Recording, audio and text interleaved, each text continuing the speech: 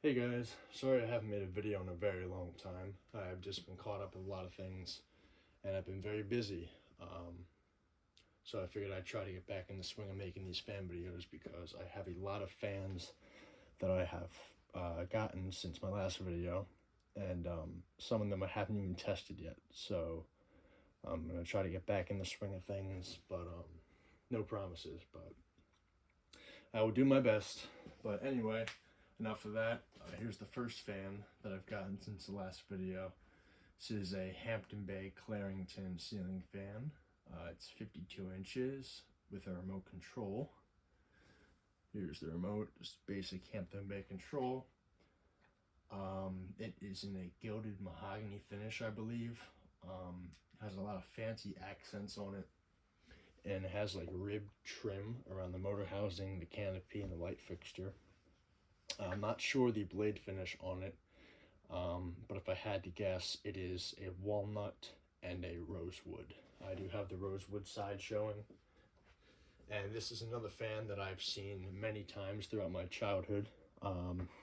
Not many places had these. The only places I remember seeing these were Home Depot catalogs and in the store. But they're always there, and I always seen them around in Home Depot. And I always liked how they looked, but they were very expensive back then when they were sold, so I really didn't have a chance of getting it. But yeah, this one particularly is from September of 2006, according to the UL tag. Funny enough, my grandmother has a Hampton Bay Mediterranean in the bronze finish, and she also has a Hampton Bay Carriage House 2 in polished brass. And all three of these have the same exact date on the UL tag, September 2006. And funny enough, her birthday is actually September 6th. So the number 9 and 6 are pretty prominent in my family, I suppose. But anyhow, let's show it off to you. Here's the light. Came with 3 piece of junk LED daylight bulbs. They're really bad. They don't dim right, but this would have came with incandescents back then, but now we're stuck with the unfortunate LED crap. But there's the view of it. I got this off of Facebook. I think I paid 20 bucks for it. Came out of a townhouse apartment building. The guy was replacing it with something else. I'm gonna try to get a good view of it. Sorry, I got a new phone here and it does not fit my old tripod, so try to bear with me. Here's low speed, turn it on. Has a really bad hum to it, but you know, it's old. I mean, the thing is almost 20 years old, so it's lasted pretty well throughout the years. The blade brackets are starting to droop pretty badly. I'm going to have to bend those back without breaking them. It seems like almost all the Hampton Bays of this time had an issue with drooping blades. I know the carriage house I have has the drooping blades. This one does. All the Huntingtons did. Gazebos. I have a gazebo that has the sagging blade issue. Quick connects. It's all, you know, something of that time. But nonetheless, I did like a lot of Hampton Bay fans back then, and I do agree with a lot of other YouTubers that they were a good fan for the time and for what they cost. I'm sure if I looked in my scrapbooks from the early 2000s, I could find this one and what the price tag was on it.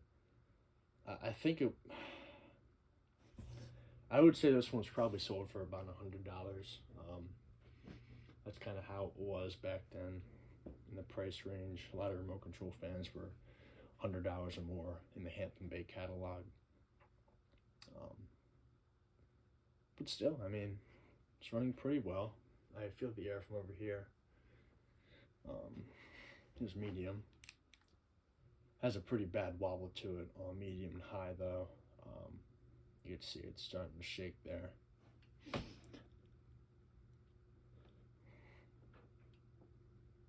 and I don't know if you can notice it, yeah, probably not from the camera, but the lower canopy, there is a lower canopy on this fan, and there is a it's like sticking up a little bit, and that is because the cotter pin and the connector pin are missing, and the previous owner just jammed a regular household nail in there and kind of bent it at the end.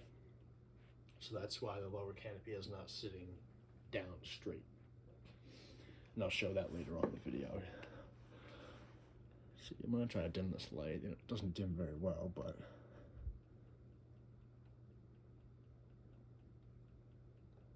come on.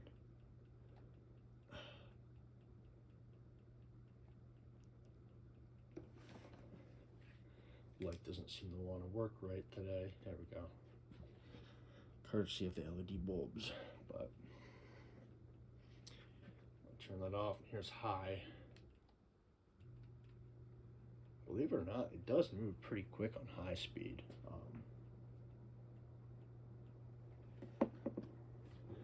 I'll bring it up a little bit closer, and it's starting to shake all around. That's just fantastic. See, it's really moving there. Blades are obviously, you can see how droopy they are. It is throwing some air out.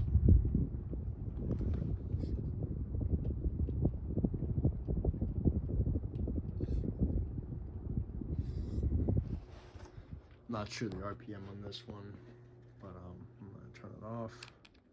Here's the remote control, better view of it. It's kind of yelled out, but reversing switches on top of the fan.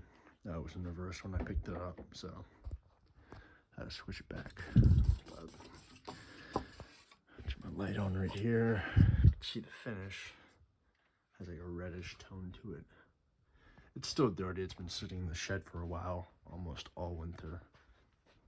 I got this back in the end of the summer, so it's been a while. But there's the blades. Can't really see it that well, but there's rosewood. The top is that walnut, I think. Here's what the previous owner did. Yeah, he just shoved the nail in there, so that's why it doesn't sit down correctly. Here's the top of it. I'll show you the tag if I can find it. There's one of them right there. And of course, Hampton Bay put 15 tags on top of the motor. So I gotta find the ones. There's the 906 one. Pretty funny. And yeah, you can see it's pretty interesting design. Very elegant. Has a lot of the ribbed architecture on it. This thing, I don't even know what the deal is with this. I think this one up here, but clearly it's broken. I really don't care. This thing only makes it hum, so I really don't care about that.